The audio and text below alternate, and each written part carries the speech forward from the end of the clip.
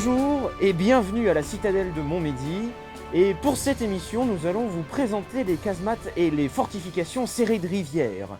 Serrées de Rivière, c'est surtout aujourd'hui très connu car ce sont toutes les fortifications que l'on va avoir en France juste avant la Première Guerre mondiale. La plupart de ces fortifications, elles vont être construites entre 1880 jusqu'en 1914 et elles vont être surtout utilisées pendant la Première Guerre mondiale. Alors si certains forts sont modernes et très connus, comme le fort de Vaux, le fort de Douaumont, ou encore tout le secteur fortifié d'Épinal, eh bien va se poser également la question des vieilles forteresses, comme ici, Montmédy, dont les murs datent quand même de 1540.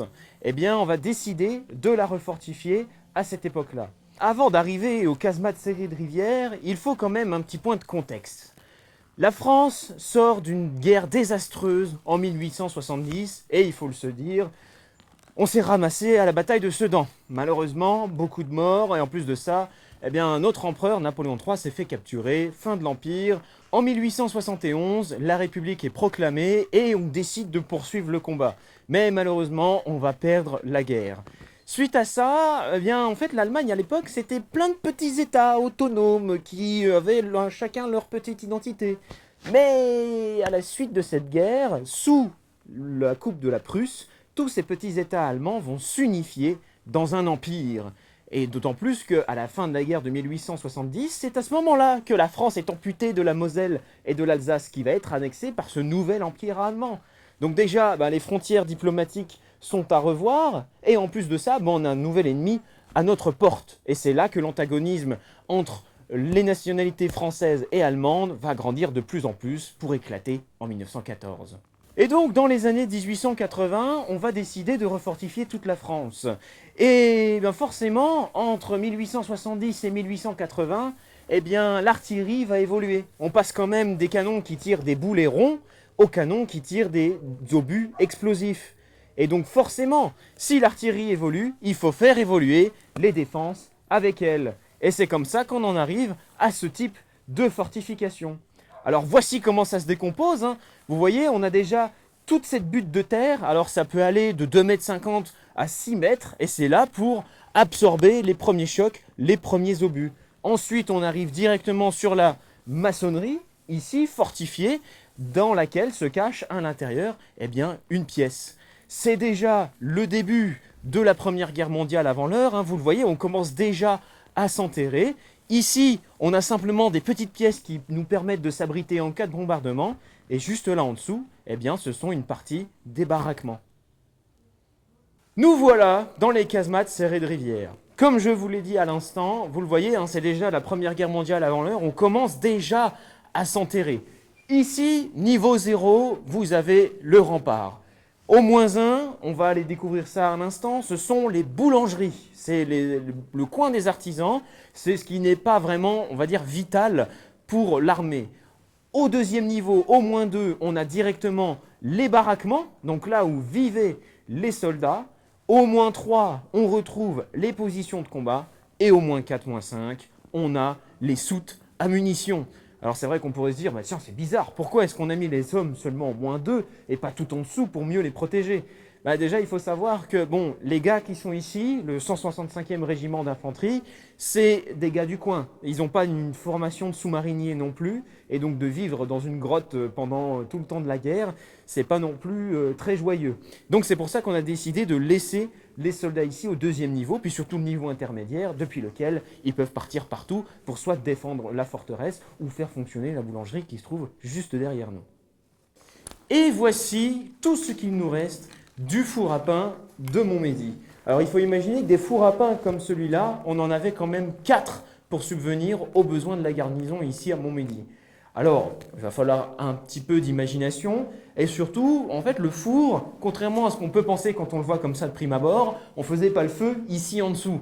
En fait, ici en dessous, c'était juste le lieu de stockage pour le bois, pour le four, qui lui, en réalité, se trouvait ici, juste au-dessus. Alors pour son fonctionnement, c'est comme on peut avoir aujourd'hui un gros four à pizza. Le four prenait toute la place que vous voyez ici. On avait les 2 portes qui étaient juste en face de moi.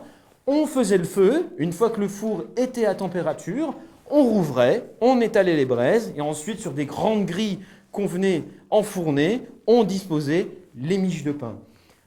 Un four comme celui-là doit produire 500 miches de pain, grandes comme ceci, par jour. Une miche de pain, à l'époque, ça reste quand même l'aliment de base, surtout pour la garnison. Et ça vous nourrit 2 hommes pour une journée. Matin, midi, goûter, soir, tout. Et bon, ce qu'on oublie de dire aussi, c'est qu'ils avaient quand même le litre de vin rouge. Hein. Bon, voilà. Mais bon, il faut quand même savoir subvenir à la garnison de Montmédy, surtout qu'à cette époque-là, en 1880, on a quand même 3500 soldats à nourrir ici, rien que dans la citadelle. Alors, imaginez aussi un petit peu l'importance de la garnison pour Montmédy. Eh bien, voilà, les cultivateurs du coin, les agriculteurs du coin utilisaient leur propre fourniture. Ils étaient bien contents de donner leur farine à la garnison de Montmédy qui était disposée ici. Nous voici maintenant au niveau des baraquements. Donc comme je vous le disais, on commence à s'enfoncer sous terre. On a déjà les boulangeries au-dessus de nous. Et on arrive directement sur cette fortification maçonnée. Alors là, ce qui est assez sympa à Montmédy, c'est que vous voyez 2 formes de maçonnerie différentes. Vous voyez tout d'abord, on a ces blocs bien droits, bien faits. Voilà, c'est un vrai beau mur. Et ici à droite, on a ce genre de maçonnerie un peu aléatoire. On a l'impression que les ouvriers de l'époque ont juste béné les brouettes et allez, vas-y que je te mets un coup de ciment, un coup de béton et voilà. Eh bien, en réalité, contrairement à ce qu'on peut penser, eh bien, c'est ce côté plutôt brouillon qui va beaucoup mieux marcher que la maçonnerie maçonnée droite qu'on a ici à gauche. Pourquoi? Eh bien, tout simplement, quand on va avoir un bombardement qui va s'effectuer au-dessus, quand vous avez un mur bien droit comme celui-là, le problème c'est que eh bien, les vibrations des obus vont appuyer sur la voûte de la pièce qu'on a juste en dessous. Ce qui fait qu'au bout d'un moment, eh bien, malheureusement, la voûte va s'effondrer sur elle-même. Tandis que juste à côté, quand on a cette maçonnerie vraiment aléatoire, regardez, d'autant plus que les pierres sont vraiment toutes de tailles différentes, eh bien en réalité, quand les obus vont tomber au-dessus, on va beaucoup mieux absorber les chocs. Et là, si l'ennemi veut m'atteindre dans ma casemate, eh bien il va devoir gratter obus après obus toute la maçonnerie qui se trouve au-dessus de moi. Alors ça, c'est une chose qu'on retrouve énormément ici à Montmédy. Ce sont tout simplement des graffitis, des témoignages de l'époque. Or ici, on n'a pas beaucoup de témoignages de soldats français, mais on en a beaucoup de soldats allemands. Parce que vous allez le voir, on a passé quasiment toute la Première Guerre mondiale du côté allemand. Et ici, en 1916, on a plusieurs soldats qui nous ont laissé leurs témoignages. Et donc je vous proposerai même une prochaine émission où on s'intéressera grandement juste sur tous les graffitis, tous ces témoignages qui sont vraiment très émouvants qu'on retrouve ici à la citadelle de Montmédy. Et pour vous dire, les plus anciens datent de la Révolution française. Nous voici maintenant dans les pièces à vivre, dans les baraquements. Aujourd'hui, c'est vrai que ces pièces-là sont bien vides, vous le voyez, ça résonne, ça paraît même un peu lugubre. Mais dans une pièce comme celle-ci, on peut faire rentrer quand même entre 60 et 80 soldats. Alors imaginez, déjà rien qu'avec ces gaillards-là, la pièce est bien remplie. Et surtout, imaginez avec le mobilier, parce que dans ces pièces-là, on avait donc les lits, imaginez des lits doubles superposés, 2 bonhommes en bas, 2 bonhommes en haut. Rajoutez à ça tout le mobilier, les petites étagères de rangement, etc. Et vous le voyez, la casemate se remplit toute seule d'un coup. Ce qui est très bien également ici à Montmédy, c'est qu'on a le revêtement d'origine ici sur les murs. Regardez, toute cette applique blanche qu'on a là sur les murs et qu'on retrouve sur la voûte, c'est une applique à la chaux qui est là pour capter directement l'humidité. Et surtout, on a cette bande noire que vous voyez ici en bas qui fait tout le tour de la pièce. Et cette bande noire, c'est un mélange d'appliques de pétrole et de goudron qu'on mettait pour chaque grand nettoyage de printemps.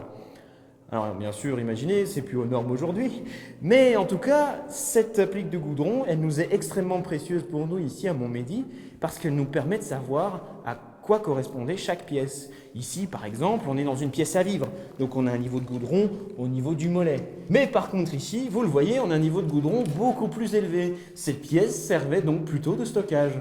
Ici, c'est les latrines, et là, vous le voyez, on a un niveau de goudron quand même beaucoup plus élevé.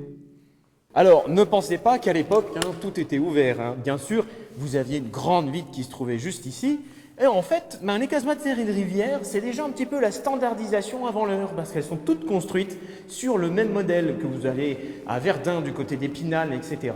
Eh bien, vous allez retrouver exactement le même type, tout simplement d'ouverture. On avait ici une double porte, de chaque côté deux grandes baies vitrées, et ici au-dessus, on avait une fenêtre aussi qui permettait de s'ouvrir pour pouvoir éclairer l'intérieur de la pièce et surtout pour pouvoir bien l'aérer.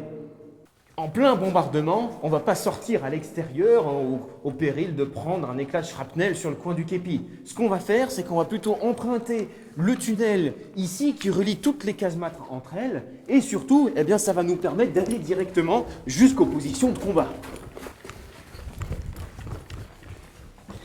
En cas de conflit, en réalité, le gros de la troupe prend cet escalier pour aller rejoindre directement le deuxième niveau de rempart qui se trouve en contrebas. Mais dans cette pièce qui est juste derrière nous, ce sont les artilleurs qui vont s'arrêter. Parce qu'imaginez, il y avait dans cette pièce un canon. Alors, le canon qui se trouvait ici, il faut imaginer, il n'était pas au niveau du sol. Et ce n'était pas non plus un canon XXL. Vous le voyez, juste là, on a ces grosses encoches dans lesquelles on venait mettre tout simplement des poutres en chêne, des arbres entiers. Et vous le voyez d'ailleurs encore, c'est ça qui est bien aujourd'hui. Regardez dans l'enduit, on voit la trace de la plateforme qui était ici. Et là, on le devine assez mal, mais on le voit un petit peu. Et cette plateforme avançait jusqu'au mur. Aujourd'hui, malheureusement, passage des Allemands oblige, on a eu quelques dégâts. Imaginez tout simplement que l'embouchure qui est là était beaucoup plus resserrée à l'époque. Et elle permettait simplement de faire dépasser la gueule du canon. Utiliser un canon ici en 1880, c'est assez compliqué. Bon déjà, ne serait-ce le fait de tirer, vous avez la détonation, le bruit, l'onde de choc, mais surtout, et le plus important, vous avez la fumée. Parce qu'à ce moment-là, surtout ici à Montmédy, on a peut-être 80 canons, mais il faut le dire, on n'a pas les canons les plus modernes non plus. On a encore des canons qui datent de l'époque de Napoléon III et qui utilisent énormément la poudre noire. Eh bien, quand on va tirer avec ce canon-là, ça va dégager un immense écran de fumée. Eh bien, regardez, on a installé ici une immense cheminée qui en réalité communique avec la petite cheminée qu'on a juste ici au-dessus de la porte et ce qui permet de créer un effet de hotte. Comme la hotte que vous avez dans votre cuisine, c'est le même système. On va tirer avec le canon, la fumée va être dégagée et va être aspirée par la cheminée qu'on a ici. Pour pouvoir protéger le canon, quand même des ennemis qui se trouvent en contrebas de la muraille, on a deux petites meurtrières ici qui permettent quand même à deux fantassins de pouvoir éliminer les adversaires qui se trouvent en contrebas. Et en réalité, le canon qui est là, il est là pour protéger le bastion qui se trouve en face de nous. Parce que sur le bastion qui est en face de nous, il y avait un canon similaire qui nous répondait. On avait donc un tir de croisement. Ici, on se retrouve donc sur la place de l'infirmerie. Imaginez, en 1880, chaque espace vide qu'on a aujourd'hui ici dans la citadelle de Montmédy était rempli par un bâtiment. Cette grande place, qui aujourd'hui est un peu triste et qui est vide, était à l'époque constituée de 3 grandes casernes d'infanterie et dont une qui servait surtout d'hôpital militaire. Et oui, imaginez, 3500 soldats avec des armes, forcément, les accidents, ça arrive. Et donc, il vous faut de quoi les soigner sur place. Et pour la petite anecdote, on avait également un service vétérinaire, parce que dans la forteresse, on avait 200 chevaux qui étaient là pour pouvoir aider les artilleurs à bouger les canons sur les murailles. Nous sommes juste au-dessus des casernements, des casemates donc dans la muraille. Imaginez qu'à partir d'ici, on a 50 casemates comme on a vu tout à l'heure. Donc imaginez, faites le multiple par 80 bonhommes et vous avez toute la garnison de Montmédy qui est sous vos yeux. Et on a également des petites cours intérieures quand même, comme celle-ci, alors qui permettaient tout simplement de séparer certains logements. Et aujourd'hui, c'est un petit peu ironique, ça peut faire penser à une cour de prison. Eh bien, pour l'ironie de l'histoire, cette salle a vraiment servi de prison en 1914, sauf que là, c'était pas les Français qui l'utilisaient, c'était les soldats français qui étaient prisonniers des soldats allemands qui ont occupé la place forte. Poursuivons la découverte de la citadelle.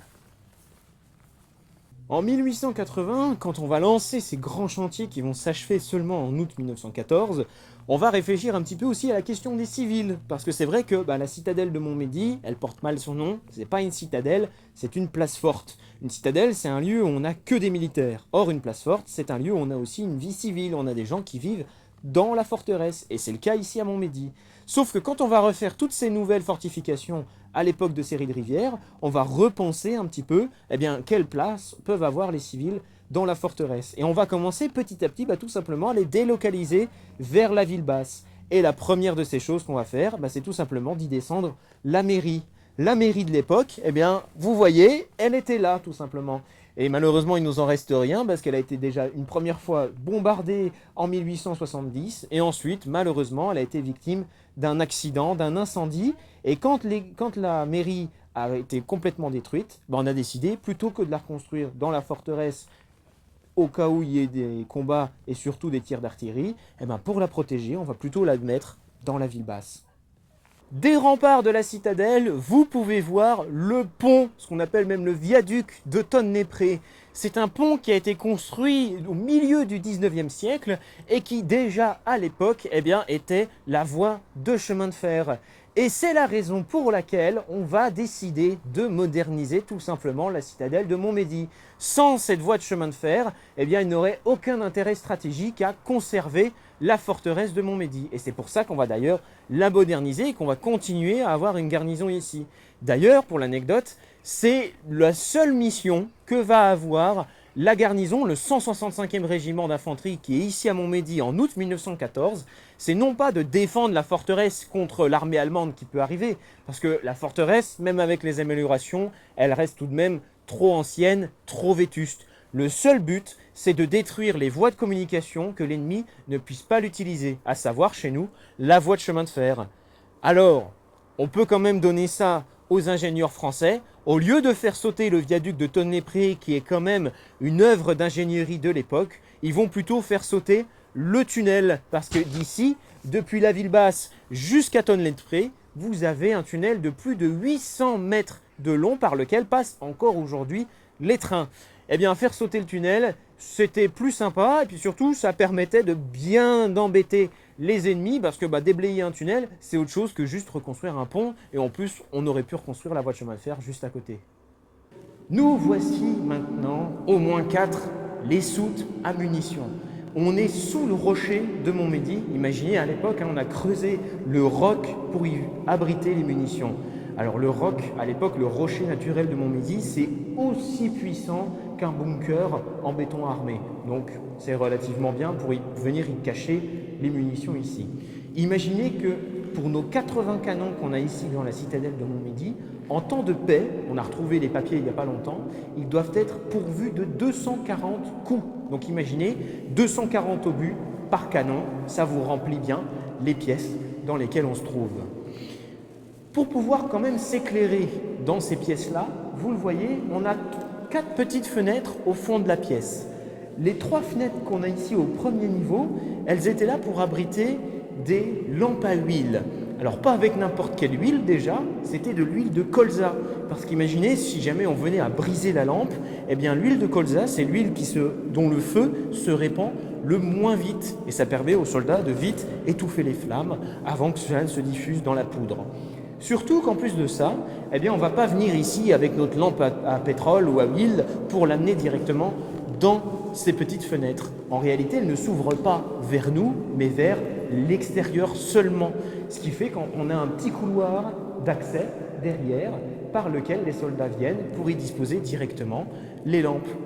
Et enfin, vous voyez cette dernière grande fenêtre qu'on a là, c'était comme pour un périscope de sous-marin, on avait un jeu de miroir qui nous amenait la lumière naturelle du soleil à l'intérieur de cette pièce. Alors imaginez, ici, au niveau du sol, on a encore juste la trace du couloir qui devait toujours être dégagé et sur les côtés se trouvaient, juste à côté de moi, les munitions. Mais les munitions n'étaient pas seulement au niveau du sol, vous le voyez, regardez ces grands corbeaux de pierre qu'on a là, on devine qu'il y avait un étage. Et donc sur cet étage, on avait un nouveau niveau de munitions. Et ici, on a tout ce qu'il nous reste du monte-charge, parce que évidemment, on ne va pas emprunter les escaliers pour amener les munitions, surtout qu'en 1880, eh bien, l'industrialisation est déjà bien implantée et les machines à vapeur avec elle. Et donc on a une machine qui va nous permettre d'alimenter directement cet ascenseur pour aller chercher les munitions. Dites-vous qu'ici on est au -4, mais cet ascenseur descend encore jusqu'au -5, où là on va mettre plutôt les munitions les plus légères. On va mettre les munitions surtout de fusil. Par contre, dans la casemate dans laquelle on vient de sortir, là étaient vraiment les obus pour les 80 canons qu'on avait ici dans la forteresse. Et bien voilà, notre découverte de Montmédy en 1880 et des casemates serrées de rivière s'achève. Et tout cela va servir en août 1914, mais je vous laisse ça pour une autre histoire. Merci, à bientôt.